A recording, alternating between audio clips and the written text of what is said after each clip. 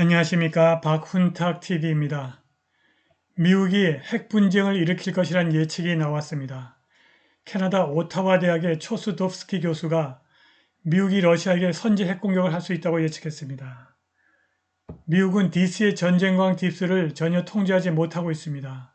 푸틴이 극동에서 유럽의 대안을 만들기 시작했습니다. 방송 전에 한 말씀 드리겠습니다. 여러분들 잘 아시다시피 제 방송에는 광고가 잘 들어오지 않습니다. 들어와도 단가가 낮은 광고만 들어옵니다. 여기 후원 계좌 있습니다.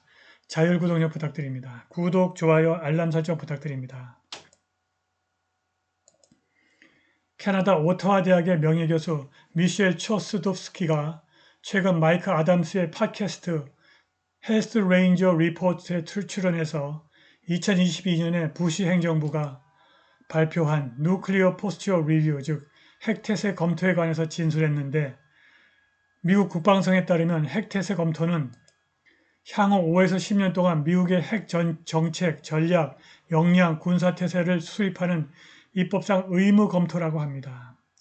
초스도프스키 교수는 이것이 핵무기, 특히 소형 핵무기가 지하에서 폭발하기 때문에 주변 민간인에게 무해하다는 여론을 만들었다고 지적했습니다.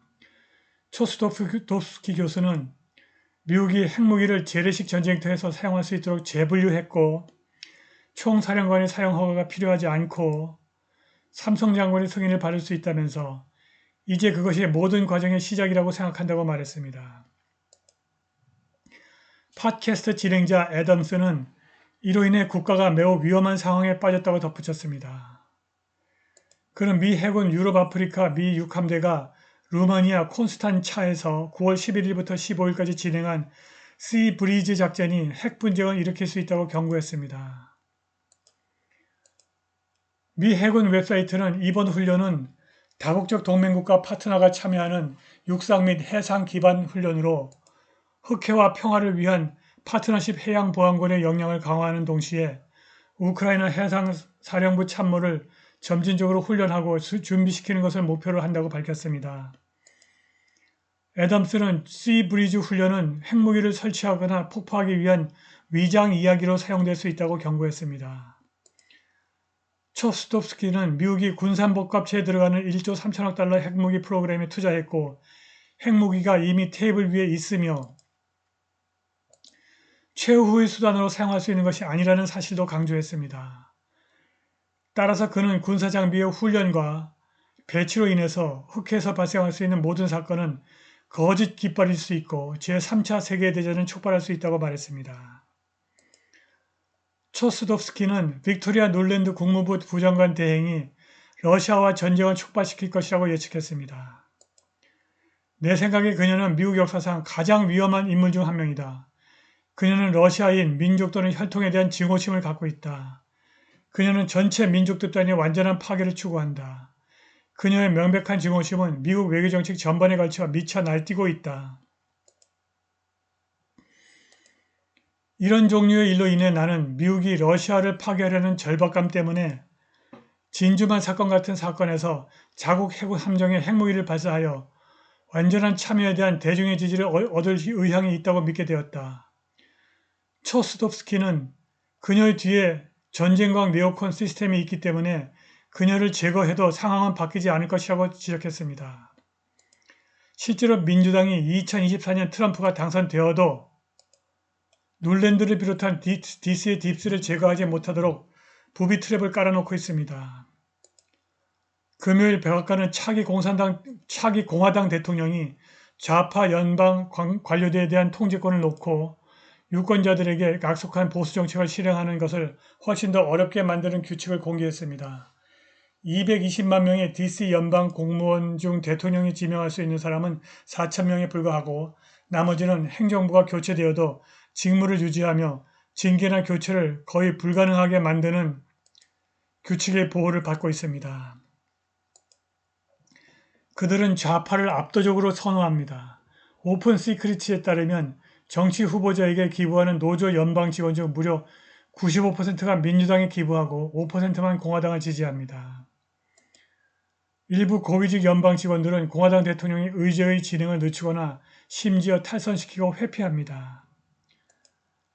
2016년 트럼프가 승리한 이후 그들은 거의 모든 정책 전선에서 그를 무력화했다고 트럼프의 백악관 국내정책위원회 특별보좌관 제임스 셔크가 전했습니다. 데보라 빅스 박사 같은 직업보건관리들은 코로나19 봉쇄를 완화하라는 트럼프의 지시를 거부했습니다. 2020년 10월 트럼프가 연방 직원을 해고될 수 있는 직원으로 재분류해야 한다는 행정명령을 발표했으나 바이든이 이를 취소해버렸습니다. 그리고 바이든 행정부가 2024년 대선에서 공화당이 승리할 경우 선출되지 않은 연방 관료들을 이유 없이 해고하는 것을 금지하는 제안을 제출했습니다.